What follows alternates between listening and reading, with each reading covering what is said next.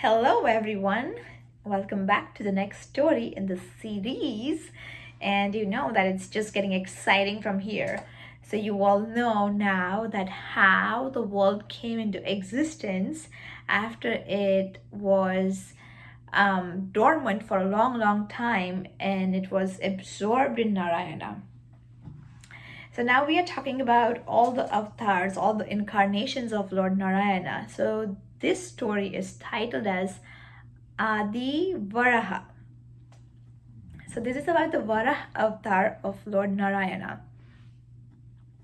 So as soon as Swayambhu Manu was born out of Brahma, he approached his father and said, "Please command me as to what I should do and I will obey you." Brahma was pleased with the words of his son and told him that the work of creation should be continued. "I will do it, my lord," said Manu. But then he continued, but please indicate to me the spot where my creations are to live, because Mother Earth is submerged in waters and she was submerged during the great deluge. So where are my creations supposed to live? If you can get back the Mother Earth out of the water, then maybe our creations can live on earth. Brahma thought to himself, how is the earth to be brought out of the nether world? It was nowhere to be seen. It was submerged in the water, in the ocean. How is the work of creation to take place? So he goes to Narayana and says, "Narayana, you commanded me to create, and it is up to you now to help me solve this problem." He thought of Lord Narayana, and as he was absorbed in the meditation, all of a sudden, out of his nostrils jumped a tiny boar the size of the fingernail. And from the moment it was born, it assumed immense proportions. Like it kept growing and growing and growing. Like it became huge.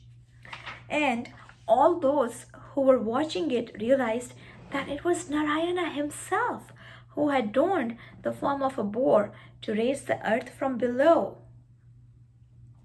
The boar sent up a roar which resounded in all directions, and it thrilled the hearts of the onlookers. There rose up a great cry from them, and they all sang together the praises of the Lord.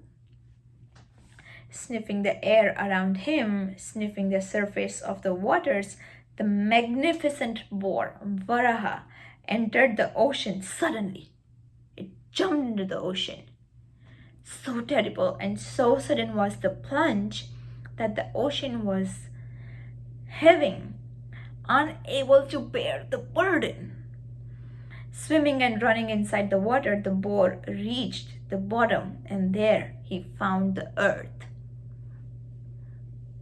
He raised the earth on his tusk, on his teeth, and the boar began to rise up. His progress upwards and towards the surface of the ocean was gradual, and Asura even tried to fight him, but he was killed because he was fighting with the Lord Narayana himself. Asura means a demon. The Varaha, the boar, then continued his interrupted progress, and Sanaka and his brothers, Brahma, Marichi and his brothers were all watching with bated breath. They were holding on to their breath and just looking at Lord Narayana, the Varaha avatar.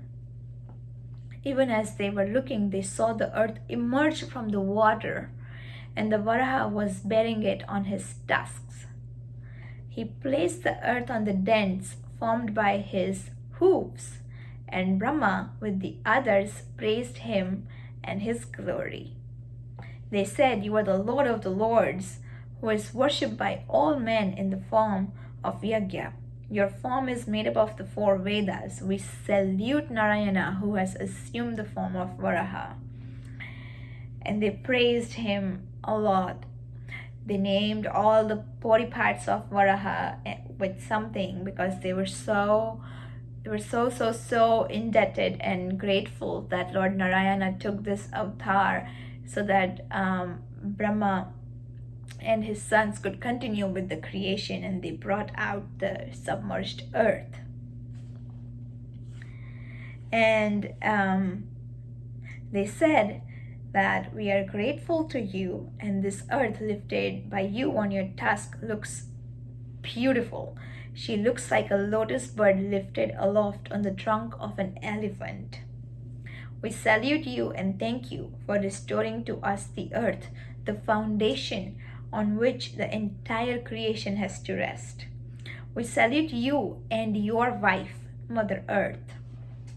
Because of the drops of water which you have scattered around you, the heavens have become purified.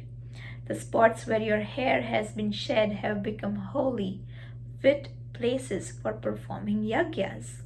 We pray that your kind, benevolent eyes will rest on us forever.